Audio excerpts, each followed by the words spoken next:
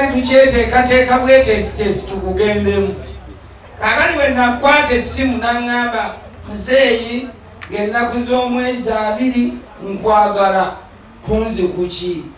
Ku mukolo gwange bantwala. Ne nkuba akalulu ku ssimu.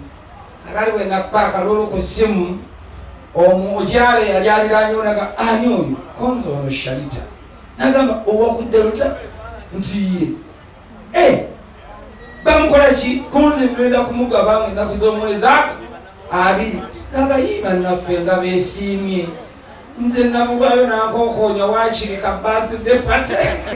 Kaakati Katonda bw'akola ebyamagero, ensaba ya Katonda yetwawula. Maama Fiina asaba ensaba ye era afuna. Mumukubire engalo ez'amaanyi. Nabukyaze bw'agwa ku musaalo n'asaba ne Hajjati Janaati wali era nabo bafuna. Ne maama Hawa bwe yazaala abaana n'azaala bulungi. Katonda nga yakuwadde omukisa. N'abedda baakiraga nti Katonda nga yakuwadde n'ennume ezaala. Bwe baakiteekawo. Naye maama twagala okwebaza batono nnyo bwe baanogera ekyogero ng'ekyo. Abantu bangi bali awo bakuba mimiro. Naye bwe maama bwe kiba kyazze tumwongere engalo omulungi eyalaaza omwana n'eyayonsa. Okuzaala kujagaana nga gw'ozadde tali ku mpingu. Ng'aleeta baana nga bano. Ffe tuliwo okwaniza ate mu nsi okolanga mutima gwe kigugamba. Tolowoozanga ku by'abalala mu nsi. Salawo na mutima gwo, kola ky'oyagala. Nze kyenva nkoppa ennyo Pulezidenti Museveni. Buli kimu kimukoppako. Ne bw'aba agenda okwogerera ebbanga eggwanvu ku TV masiki tabeera nayo, mugindaba nayo. Nange ngenda kwogerera ebbanga ki? Ggwanvu. Kyabudde atutwala process by process. Ate ng'akyatukala muli kuguzannyamu.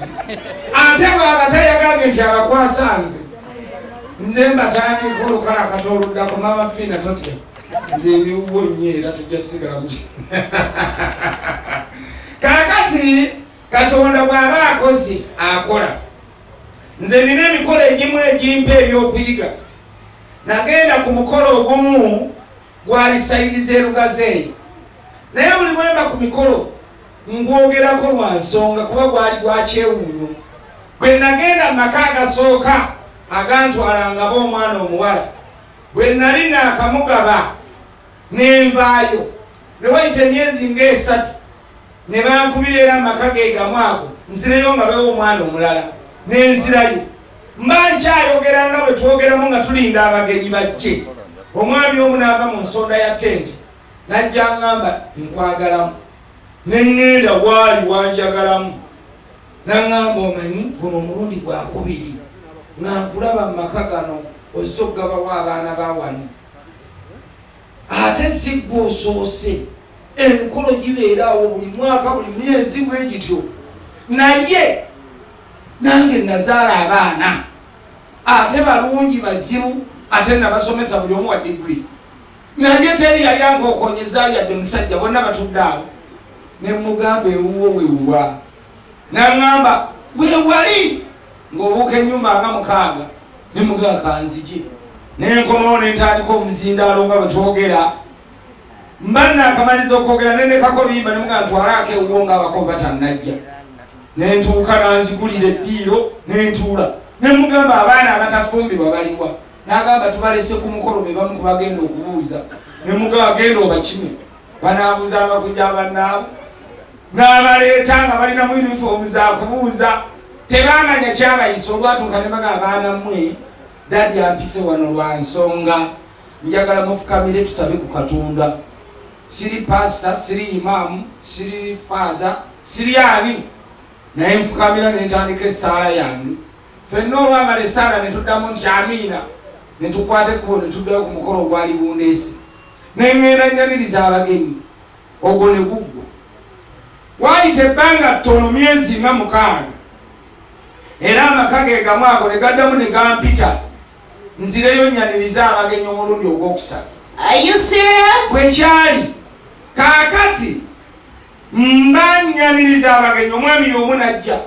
N'addamu nanga nkwagalamu bw'ovaawo. neneeraliikirira okudda mu ssaala gye nasaba ku olwo. Kaakati bwe namaliza ne ŋŋenda mpulira kyaŋŋamba, naŋŋamba Katonda akola. Ate wasaba essaala neetuukirira. Nanoonya essimu ye ebadde ekyambuze naye Katonda akunkomerezaawo. Abaana be wasabira essaala, ababiri ku bo baleeta abasajja baabwe omulundi gumu. Kati atakubye mu ngalo nkwewuunya kuba Katonda aba yakutondera ki mu nsi. Kaakati ne mugamba nga kirungi n'agaa nti nga bwe wabasabira essaala bwe njagala n'omukolo ogutuulemu era ogaba abaana bange. Ogwo omukolo wali ogukozeeko konza guliba gwa kutetenkanya.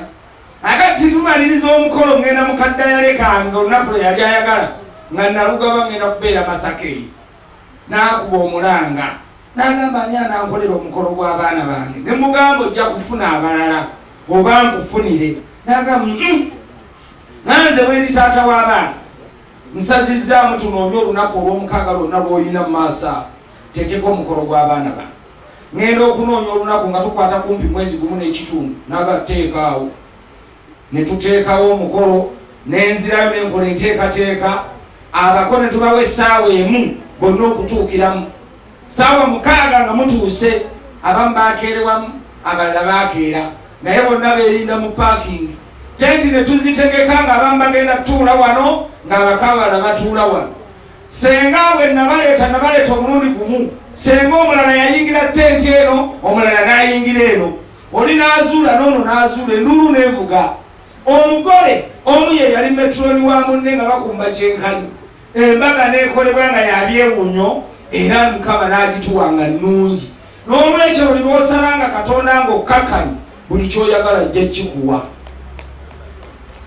Akitegedde bamwe bwe balekubako mu ngalo.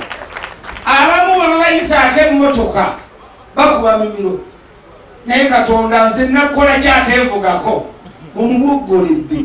Kaakano mugaye nti Katonda njagala ompeesinga eyo eyise wano. Katonda ajja kukikola mu bbanga ttono nnyo naawe okyewu.